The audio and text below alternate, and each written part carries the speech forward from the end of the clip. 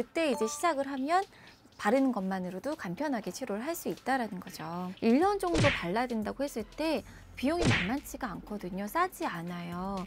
심각하게 번진 무좀에 있어서 먹는 약과 레이저 치료 말고도 이렇게 바르는 약이 있다는 건 좋은 소식인 것 같아요.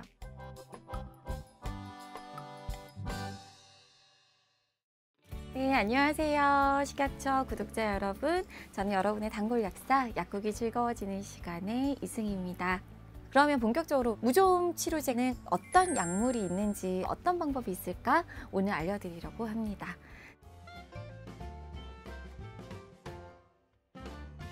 무좀에 있어서는요, 양대 산맥이 있습니다. 대표적인 성분으로 한쪽은 테르비나핀, 한쪽은 아졸 계열의 약물이에요.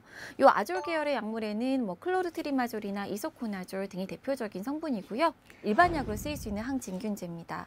근데 이 성분들이 효과는 비등비등하다고 알려져 있는데 무좀의 재발을 지금 예방하는 차원에서는 테르비나핀 제제가 가장 우수하다고 알려져 있어요. 그래서 대부분 무좀약으로 해서 약국에 오셨을 때 드리는 약제들이 다 이제 99% 테르비나핀이다라고 생각을 하시면 될 것 같아요. 테르비나핀은 지간형 족부백선이라고 하죠. 이제 발가락 무좀이요. 이 발가락 무좀에는 하루 2번 아침 저녁으로 일주일 동안 치료를 하는 게 원칙이고요. 발바닥이나 요 발 옆에 있잖아요. 무좀이 번진 경우라면 그때는 아침 저녁 하루 2번 사용하되 2주 동안을 치료 기간으로 우리가 원칙을 두고 있습니다. 물론 말씀드린 것처럼 치료 기간 이외에도 우리가 1, 2주 동안은 더 사용해야겠지만 일반적으로 이렇게 1주, 2주 치료 기간을 명시를 하고 있어요. 제형에 따라서 크림과 겔, 액, 스프레이 이렇게 크게 이렇게 4가지 정도로 나눌 수가 있거든요. 먼저 크림은 가장 고전적인 타입이에요. 그래서 크림을 발라주게 되면 크림이 굉장히 촉촉하잖아요. 다른 제형에 비해서 굉장히 오랫동안 이제 피부에 머물면서 각질층도 좀 부드럽게 해주고 약물이 침투되는 걸 도와주는 효과가 있어서 제일 먼저 나온 약이에요. 아직도 제일 많이 쓰이긴 합니다. 근데 이게 오래 머무는 대신에 흡수되기 위해서는 조금 시간이 걸리고 또 부위를 좀 제가 잘 만져주고 해야 되거든요. 그런 번거로움. 개선돼서 나온 게 이제 겔 타입입니다. 이제 수분의 함량을 좀 높여줘서 크림과 마찬가지로 그 각질층을 조금 부드럽게 해주고 약물 침투를 좀 지속 효과를 높인다는 장점을 가지고 있고, 게다가 이제 빠르게 건조가 되니까 찐득찐득한 걱정은 좀 덜 하셔도 될 것 같습니다. 이 크림과 겔 타입은요, 제품에 따라서 테르비나핀 단일 제제로 된 게 있고요. 무좀에 있어서 여러 가지 증상들을 도와주는 성분들이 들어간 게 있어요. 그래서 각화형 무좀 참 잘 낫기가 어려운데 각질을 이제 직접적으로 녹여주는 우레아 성분이 들어있는 약도 있고요. 보통 이제 발이 좀 뜨거운 분들 많은데요.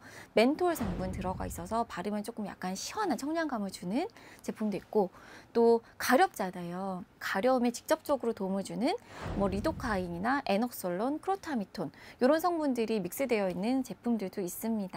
증상에 맞게 맞는 제품을 선택하시면 여러 가지 제품들이 나와 있으니까 약사 선생님께 말씀하셔서 선택하시면 좋을 것 같아요.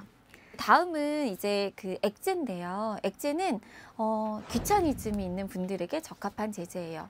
액제를 한 번에 사용합니다. 보통 라미실 원스, 티어실 원스, 오케이 원스 이렇게 원스로 돼 있어서 딱 한 번 사용하는 제제예요.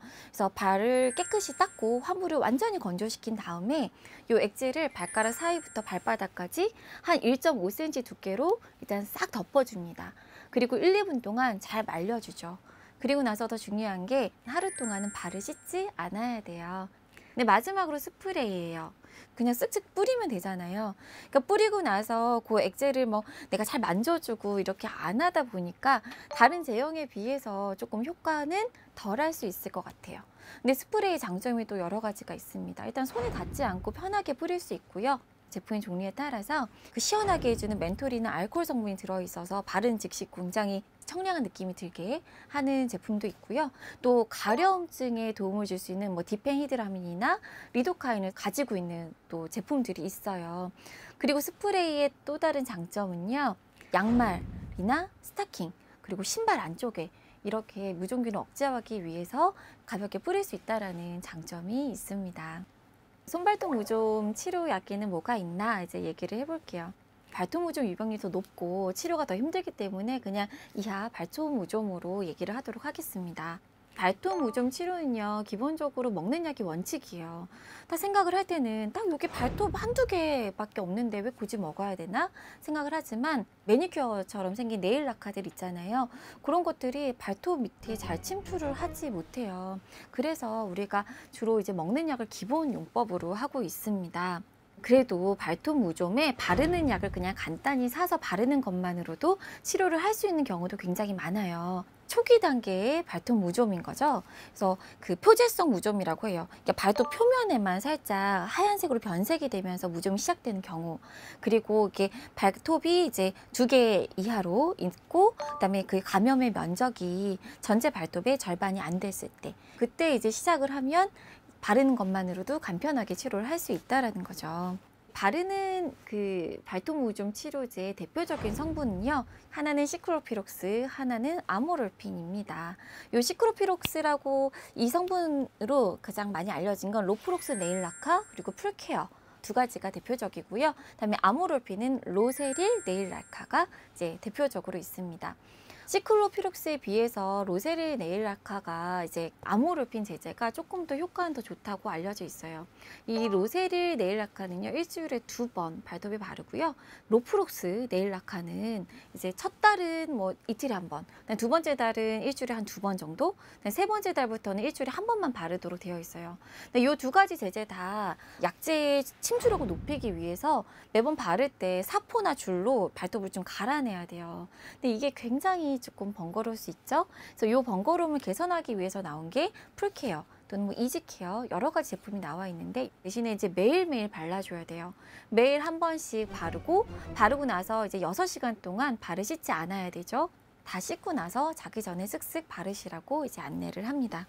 손발톱 무좀은요, 발에 생기는 무좀에 비해서 치료 기간이 굉장히 길어요.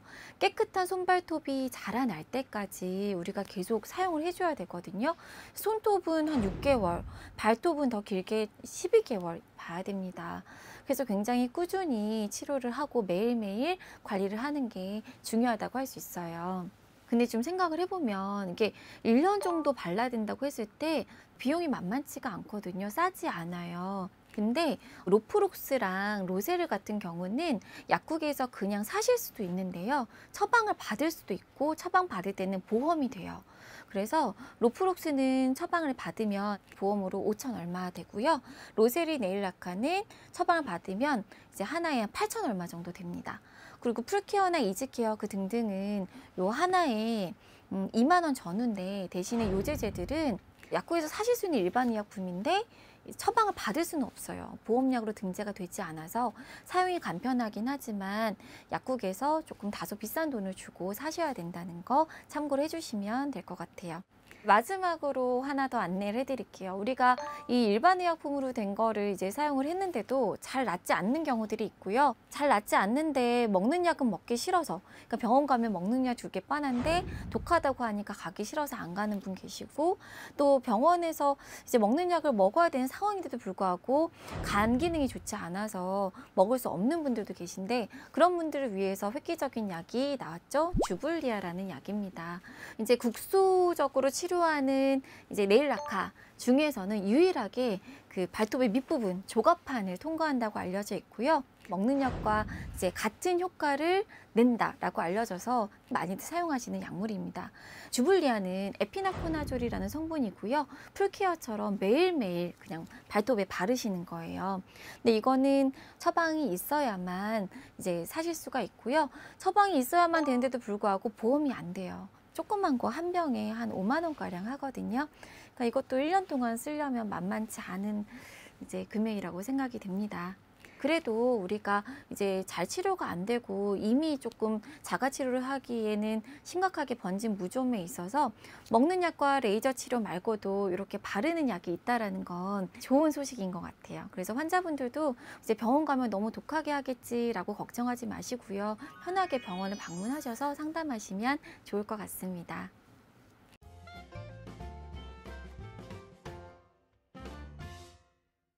아, 나 무좀 나았다. 이제 완쾌됐어. 하시는 분들 보기 참 어려워요. 무좀 완치율이 굉장히 좀 낮은데요. 실제로 앞서 말씀드렸던 이제 발톱 무좀의 예를 들어보면 로프록스의 이제 치료율은 9%에 그치고요. 또 그거보다 조금 나은 로세릴은 12%. 주블리아는 이제 먹는 약과 비슷한 효과를 나타낸다고 말씀드렸는데 15에서 18%입니다. 생각보다 많이 낮죠. 근데 이 치료율은요, 우리가 약물을 선택하는 것도 중요하지만 얼마나 꾸준히 잘 사용하고 또 얼마나 평상시에 예방을 하는지에 따라서 이게 치료율은 우리가 얼마든지 높일 수 있다고 생각합니다. 더운 여름철 우리를 더 힘들게 하는 무좀에 대해서 알아봤어요. 사실 무좀이 불치병은 아니잖아요. 치료가 힘들긴 하지만 그래서 약제를 선택을 받으시고 또 길게 레이스를 보고 우리가 1년 동안 꾸준하게 마음가짐을 먹고 무좀을 치료를 한다면 지금 무좀이 있으신 분들도 우리 내년에는 무좀 걱정 없는 여름을 맞이할 수 있지 않을까 생각을 해봅니다. 여러분의 단골약사는 다음 시간에 또 찾아오도록 하겠습니다. 감사합니다.